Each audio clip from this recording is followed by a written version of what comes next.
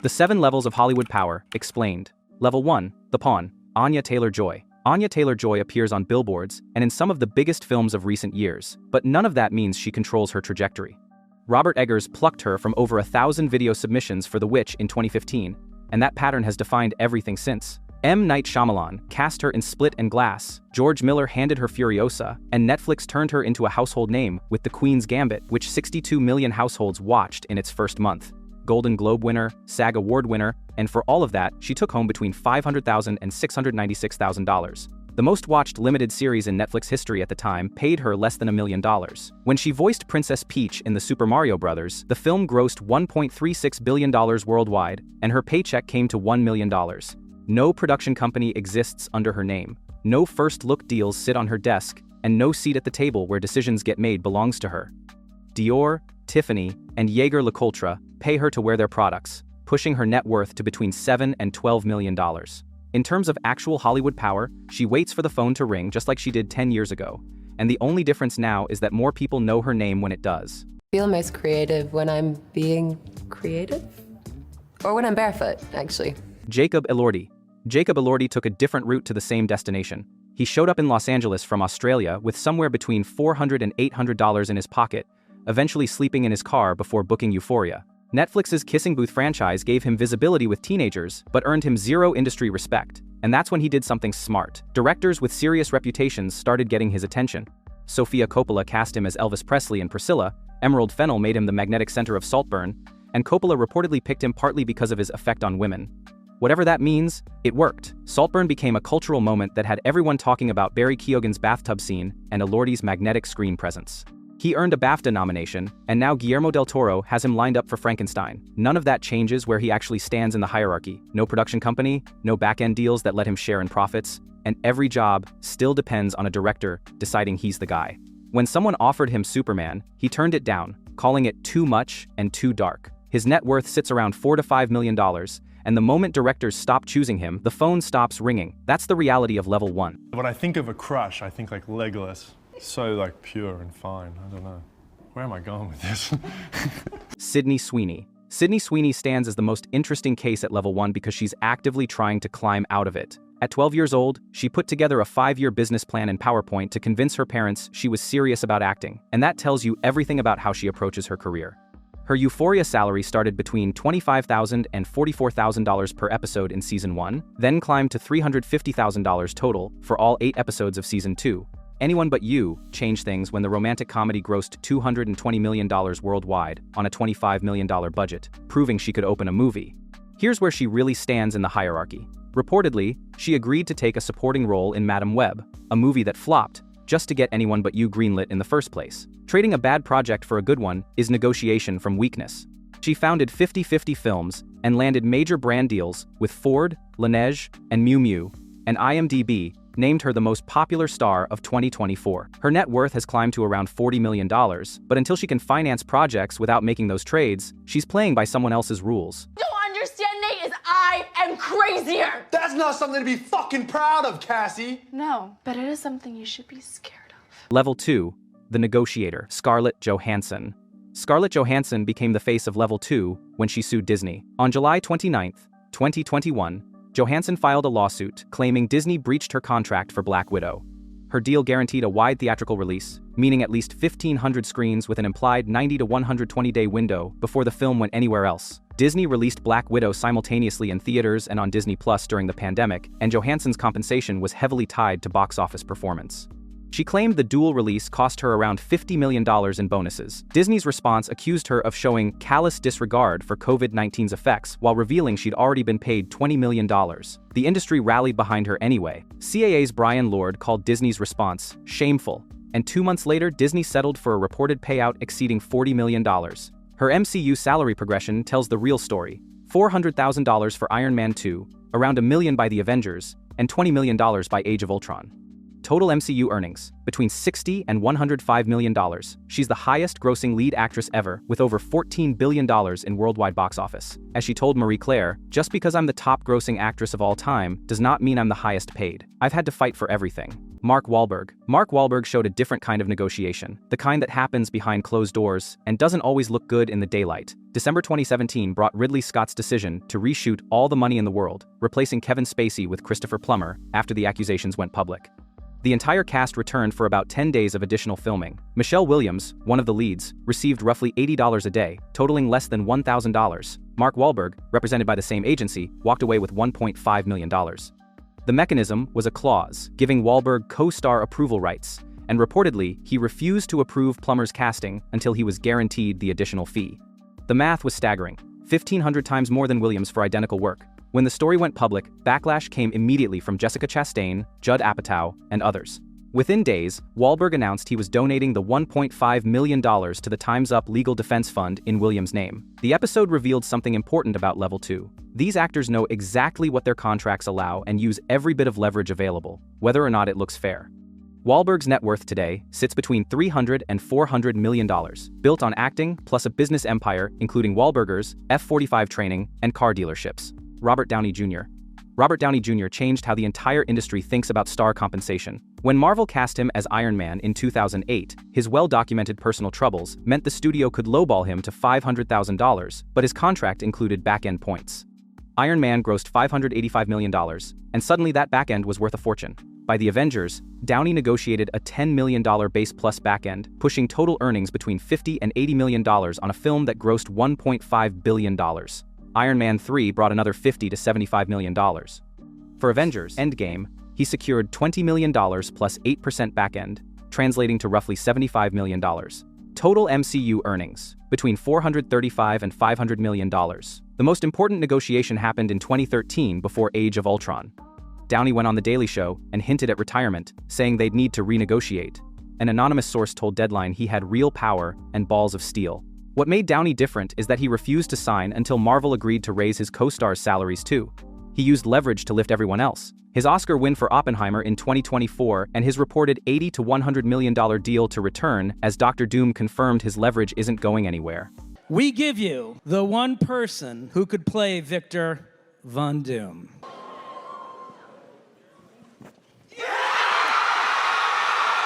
Level 3. The star. Leonardo DiCaprio. Leonardo DiCaprio has spent 3 decades proving prestige and profit aren't mutually exclusive. His career box office exceeds $7.2 billion worldwide, and the films he chooses consistently outperform expectations. Titanic made $2.194 billion and remains the 3rd highest-grossing film ever. Inception brought in $830 million, and The Revenant, a brutal, nearly dialogue-free survival film, grossed $533 million. The Wolf of Wall Street became Scorsese's highest-grossing movie at $406 million. DiCaprio understood back-end deals early. His Titanic contract gave him $2.5 million upfront plus 1.8% of gross, which turned into $40 million when the film became a phenomenon. Inception earned him nearly $60 million through gross points, and today his quote sits north of $30 million. What makes DiCaprio a true level 3 star is his ability to elevate material by showing up. His Scorsese partnership has produced 6 features generating $1.3 billion combined. When he was attached to Gangs of New York, Miramax finally secured financing for a project stuck in development. Appian Way, his production company founded in 2001, has produced Oscar-winning films with first-look deals at both Apple and Sony. His net worth sits at $300 million. And studios don't just want Leonardo DiCaprio, they need him to make certain kinds of movies possible. Dwayne Johnson. Dwayne "The Rock" Johnson represents the opposite end of the level 3 spectrum, pure commercial dominance. His career box office exceeds $12.5 billion worldwide, with over $10 billion from films where he's lead or co-lead, making him the highest-grossing star at the domestic box office.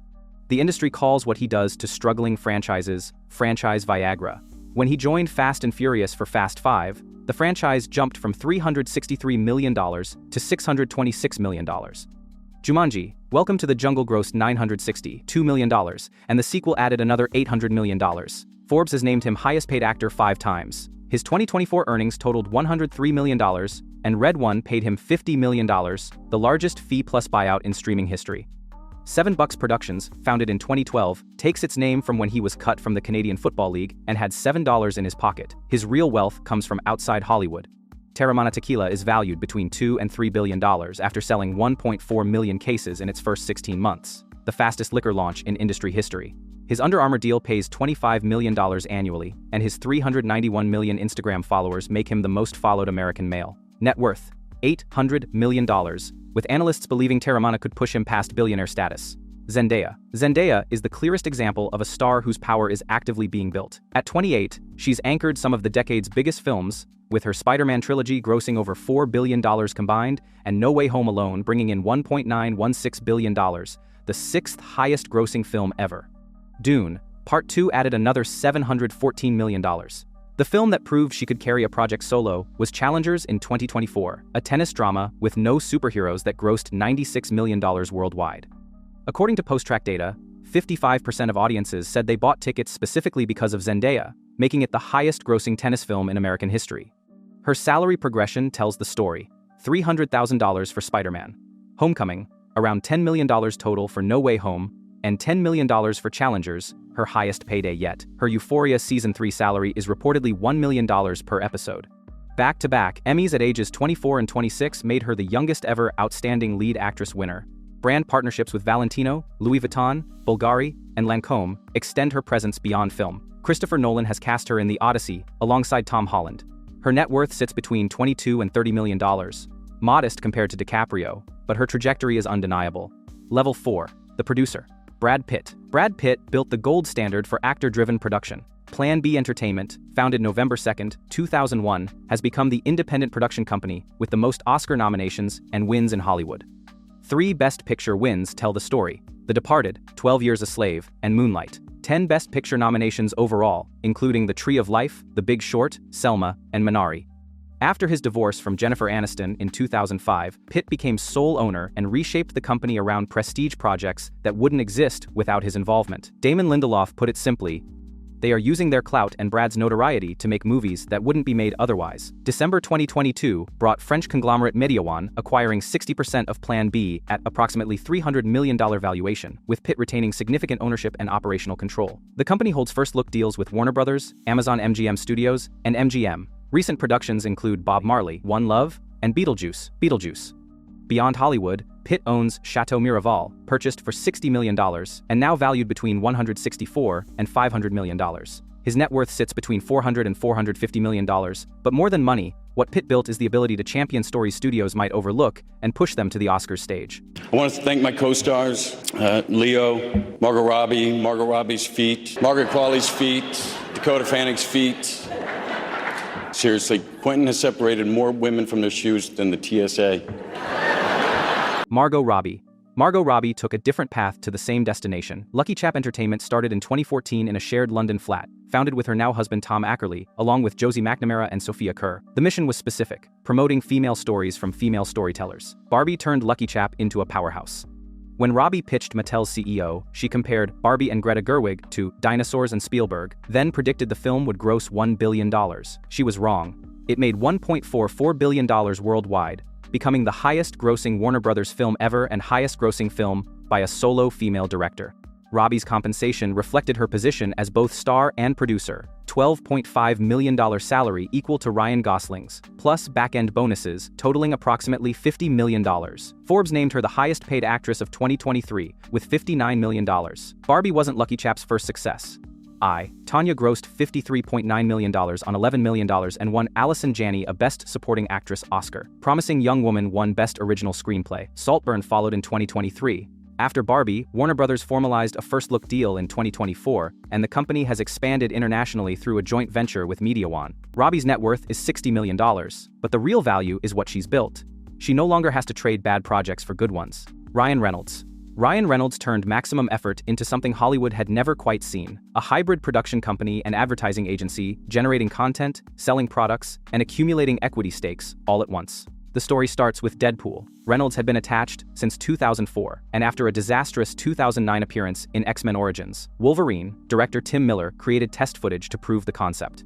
The footage sat on a shelf for 2 years while Fox hesitated.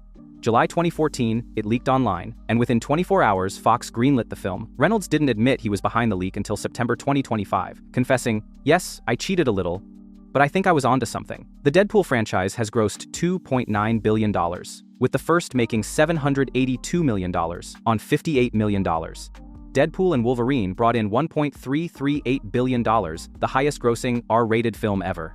Reynolds' real innovation is using fame to build equity. Aviation Gin became between $67 and $122 million when Diageo bought it in 2020. His Mint Mobile stake became $300 million when T-Mobile purchased it in 2024. He and Rob McElhenney bought Wrexham AFC for $2.5 million, spawning the Emmy-winning Welcome to Wrexham. Net worth, between $350 and $400 million. Reynolds figured out your face has value beyond the screen. Did you leak the footage? Was it you? It was one. Here's what I'll say. Level 5.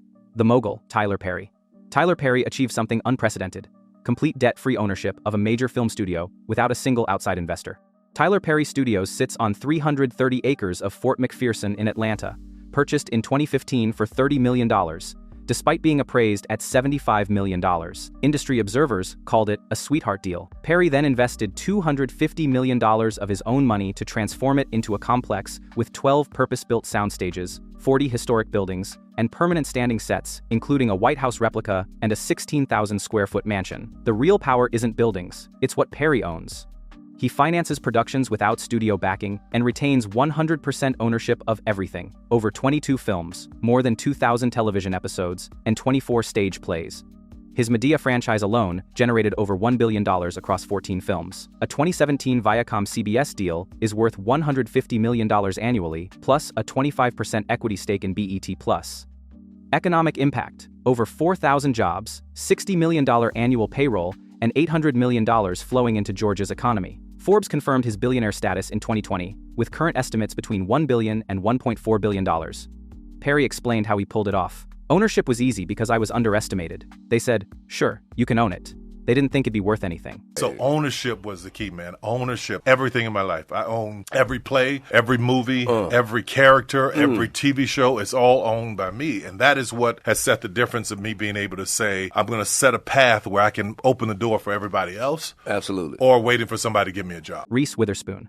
Reese Witherspoon built Hello Sunshine from a book club into a media empire, then sold it at exactly the right moment. November 2016 brought the company's founding with a specific thesis. Women's stories were undervalued, and there was money to be made identifying them early. The centerpiece was Reese's book club, catapulting 63 books to the New York Times bestseller list. Hello Sunshine developed a pipeline to adapt those books, producing Big Little Lies with its 18 Emmy nominations, The Morning Show at $2 million per episode for Witherspoon, and Where the Crawdads Sing at $144 million in box office. August 2nd, 2021 brought the defining moment when Blackstone's Candle Media acquired Hello Sunshine at a $900 million valuation. Blackstone paid $500 million to buy out investors, and Witherspoon's estimated personal take after taxes came to around $120 million. Plus, she retained approximately 18% ownership. The sale vindicated everything. After Big Little Lies won Emmys, after Wild and Gone Girl earned Oscar nominations, Witherspoon still had only 4 employees and couldn't keep the lights on. She described the realization, "I had self-funded my first company." Hello Sunshine was her answer, a structure that could scale beyond personal involvement. Net worth: between $400 and $440 million. Forbes has named her the richest actress in Hollywood. George Clooney. George Clooney became a mogul through an unexpected vehicle, tequila. He founded Casamigos in 2013 with Rand Gerber and Mike Meldman, originally as a private label for their vacation homes in Mexico. They weren't trying to build a brand, they just wanted tequila they liked to drink.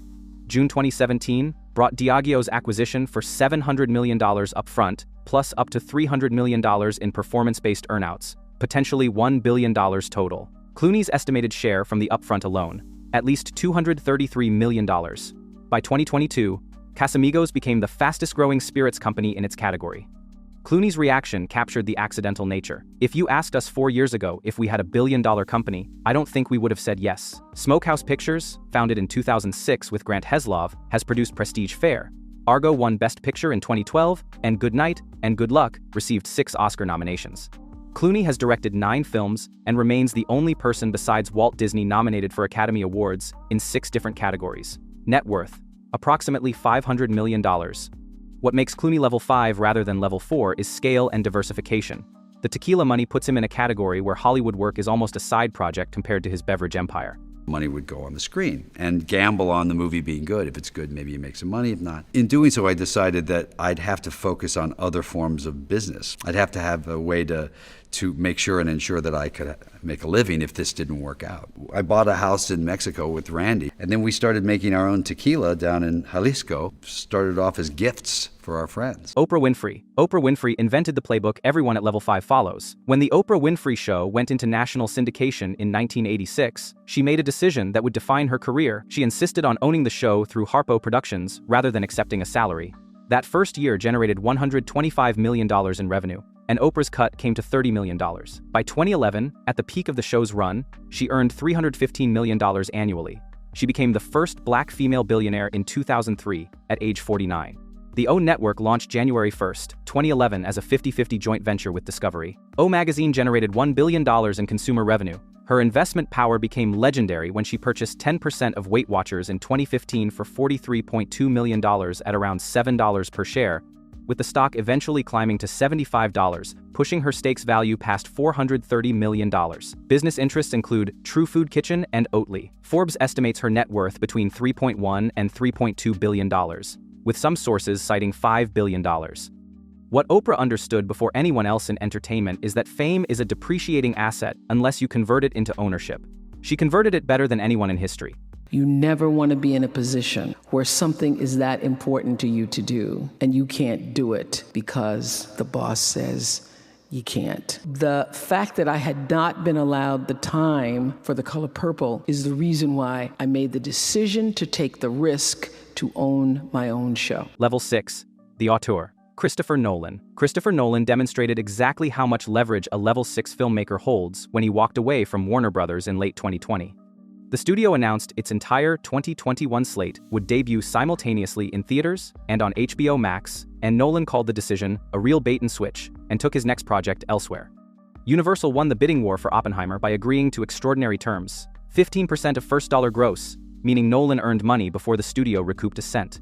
He originally asked for 20%, and his wife and producing partner Emma Thomas reportedly received the remaining 5%. Complete final cut authority, a 100-day theatrical window guaranteed, a 6-week blackout on competing releases, and 3 weeks of IMAX exclusivity. First dollar gross is a structure only a handful of filmmakers in history have ever commanded, Spielberg and James Cameron among them. Oppenheimer grossed $958 million, with Nolan's total earnings just under $100 million.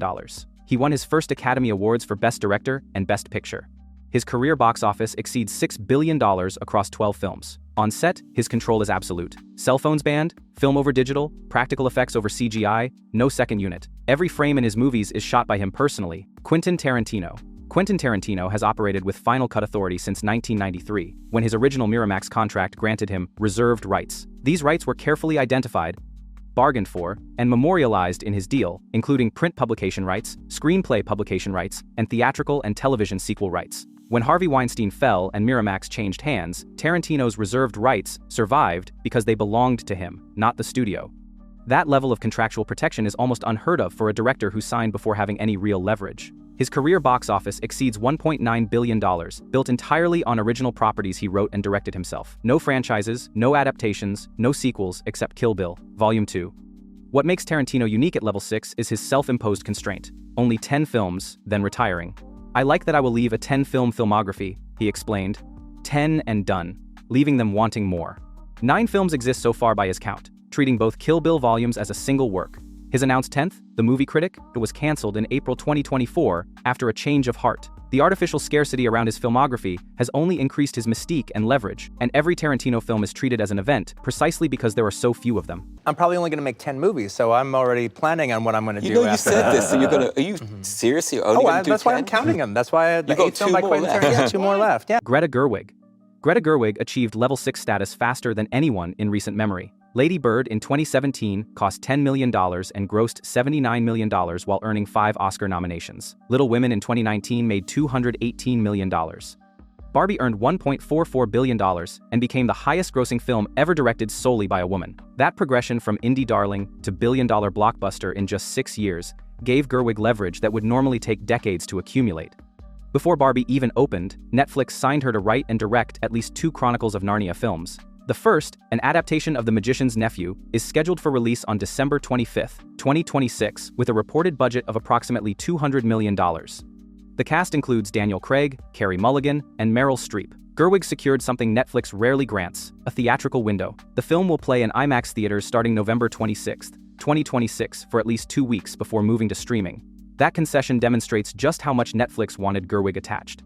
She's spoken about aspiring to Christopher Nolan's back-end profit participation model, describing it as a way to bet on yourself. Her Barbie compensation of roughly $50 million when combining producing back-end with directing fees suggests she's already getting close to that goal. Ben Affleck. Ben Affleck took a circuitous route to level 6. His acting career had spectacular highs and public lows, but his directing work was consistently excellent. Gone Baby Gone in 2007 announced him as a serious filmmaker, The Town in 2010 was a commercial hit, and Argo in 2012 won Best Picture, even though Affleck was controversially snubbed for Best Director. That snub might have been the last time the industry underestimated him. November 2022 brought the launch of Artists Equity with Matt Damon and backing from Redbird Capital Partners, who committed at least $100 million. The company's core innovation: expanded profit participation for below-the-line creative talent. Affleck explained, not just writers and directors and stars, but also cinematographers, editors, costume designers, and other crucial artists who, in my view, are very underpaid. The idea aligns incentives across entire productions. If the film succeeds, everyone benefits, not just the people with the best agents. Air, the company's debut, grossed $90 million globally in 2023. The combined box office of Affleck and Damon exceeds $10.7 billion across more than 110 features. What distinguishes Artists Equity from a typical production company is its ambition to change how Hollywood compensates creative work at every level, not just the top. Clint Eastwood. Clint Eastwood has operated at level 6 longer than most people on this list have been alive. Malpaso Productions was founded in 1967, taking its name from Malpaso Creek near his Carmel home. His agent warned that accepting a fistful of dollars was a bad step, and Eastwood named the company after that doubt as a reminder. Malpaso's first production, Hang 'Em High, in 1968, earned him $400,000 plus 25% of net box office. A profit participation model unusual for actors at the time, becoming the template for everything after. His Warner Brothers relationship has lasted nearly 50 years across more than 40 features, one of the longest studio-filmmaker partnerships in history. 4 Academy Awards, Best Director and Best Picture for Unforgiven in 1992, and again for $1 Million Baby in 2004. At 94, Eastwood directed Juror No. 2 in 2024. His efficiency is legendary, rarely more than a few takes, no elaborate setups. His creative control extends to composing scores for his own films, including Mystic River, $1 Million Baby, and Gran Torino. When you've worked at the highest level for 6 decades, the system doesn't tell you what to do. You've become the system itself. Level 7, The Untouchable, Steven Spielberg. Steven Spielberg stands at the very top of this hierarchy. His career box office exceeds $10.7 billion worldwide, roughly $2 billion more than second-place James Cameron. 3 of his films became the highest-grossing ever at release: Jaws, E.T., The Extraterrestrial, and Jurassic Park. No other director has broken his own all-time record twice. Amblin Entertainment was founded in 1980. Then, in October 1994, he co-founded DreamWorks SKG with Jeffrey Katzenberg and David Geffen, each contributing $33 million. DreamWorks won 3 consecutive Best Picture Oscars from 1999 to 2001, American Beauty, Gladiator, and A Beautiful Mind. Spielberg's Oscar record is staggering. 13 Best Picture nominations as producer set the all-time record. 9 Best Director nominations tie him for third. He's the only director nominated in 6 different decades. The Presidential Medal of Freedom arrived in 2015. Perhaps most remarkable is a deal most have never heard of: 2% of all Universal Parks ticket sales in perpetuity, generating $30 to $50 million annually without doing anything. Forbes 2025 places his net worth at $5.3 billion, making him the richest celebrity billionaire, with some estimates reaching $10 billion. Spielberg doesn't ask permission to make movies. The industry asks permission to be part of his. Tom Cruise. Tom Cruise has spent 4 decades proving movie stardom isn't dead. You just have to be willing to do things no one else will do. His career box office exceeds $12 billion, placing him among the highest-grossing actors in history. Raw numbers don't capture what makes Cruise untouchable.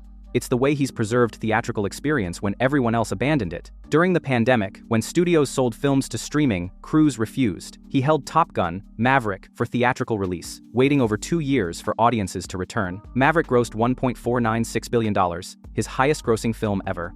At the 2023 Oscar luncheon, Spielberg told him directly, "You saved Hollywood's ass. Maverick might have saved the entire theatrical industry. Mission Impossible has generated $4.13 billion across 7 films under Cruise Wagner Productions, founded in 1992, giving him creative and casting control. His practical stunts are explicitly budgeted, climbing the Burj Khalifa, a 25,000-foot halo jump, and motorcycle cliff dives.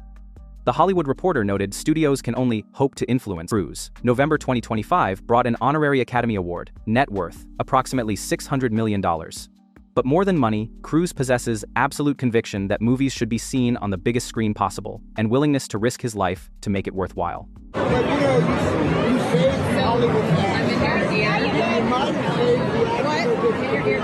Meryl Streep. Meryl Streep holds a record no one else approaches. 21 Academy Award nominations belong to her, the most of any actor in history, 17 for Best Actress, and 4 for Best Supporting Actress. 3 Oscar wins place her alongside only Ingrid Bergman and Jack Nicholson as the only performers with 3 competitive acting Oscars across multiple categories. Her Golden Globe record is equally untouchable, more than 30 nominations and 8 wins. The Presidential Medal of Freedom arrived in 2014, and the Honorary Palme d'Or at Cannes followed in 2024. These aren't just career highlights, they're institutional recognitions that she has become woven into the cultural fabric itself. What makes Streep's position remarkable is longevity. At 75, she continues landing major roles other actresses her age simply don't get offered. Big Little Lies featured her in a pivotal role, Only Murders in the Building brought an Emmy nomination, and Don't Look Up added another credit to a career spanning more than 50 years at the A-list level, a durability almost no other actor has matched. The industry doesn't treat Meryl Streep like an actress looking for work. It treats her like a national treasure who occasionally agrees to grace a project with her presence. Al Pacino. Al Pacino defined what American screen acting could be across 5 decades. 9 Oscar nominations span a career that includes some of the most iconic characters in film history. Michael Corleone in The Godfather, Tony Montana in Scarface, Frank Serpico in Serpico. His single Oscar win for Scent of a Woman in 1992 delivered the hoo-ah that became part of cultural vocabulary. Pacino's influence extends beyond film as one of the few performers to achieve the triple crown of acting, having won an Oscar, Emmy, and Tony Award. That rare distinction confirms range and mastery of craft that very few actors ever achieve. At 85, Pacino remains active in ways unusual for someone half his age. The Irishman in 2019 earned him his first Oscar nomination in 27 years, reminding audiences and the industry that his talent hadn't diminished one bit. His 2024 memoir, Sonny Boy, renewed public interest in his life and career, becoming a bestseller and generating conversation about his legacy. Pacino doesn't need to work. He's earned every right to disappear. He keeps showing up anyway, and when he does, the industry still pays attention. That sustained relevance over 5 decades is why he belongs at level 7. Do you want to play rough? Okay. Say hello to my little friend! Robert De Niro. Robert De Niro combined 2 Oscar wins with a business empire extending far beyond Hollywood. Best Supporting Actor for The Godfather Part 2 in 1974, and Best Actor for Raging Bull in 1980 represent performances that fundamentally changed how audiences understood what was possible in film acting. His cultural status as a titan of American cinema has never wavered in 5 decades. De Niro built beyond his acting legacy. Tribeca Productions was founded in 1989, leading to the Tribeca Film Festival in 2002, established specifically to revitalize Lower Manhattan after September 11th. The festival has become one of the world's most respected, hosting more than 600 screenings annually. Business interests expanded through Nobu, the restaurant group he co-founded in 1994, now operating more than 50 restaurants and 13 luxury hotels worldwide. He owns the Greenwich Hotel and has invested between $600 million and $1 billion in Wildflower Studios. His 2023 Oscar nomination for Killers of the Flower Moon at age 80 proved he remains a vital screen presence. The honorary Palme d'Or arrived at Cannes in 2025. Net worth, approximately $500 million. De Niro has reached a point where work, businesses, and cultural influence have merged into something inseparable from American film history itself. If you like this analysis, you'll love where I go next. Click the video on your screen and find out.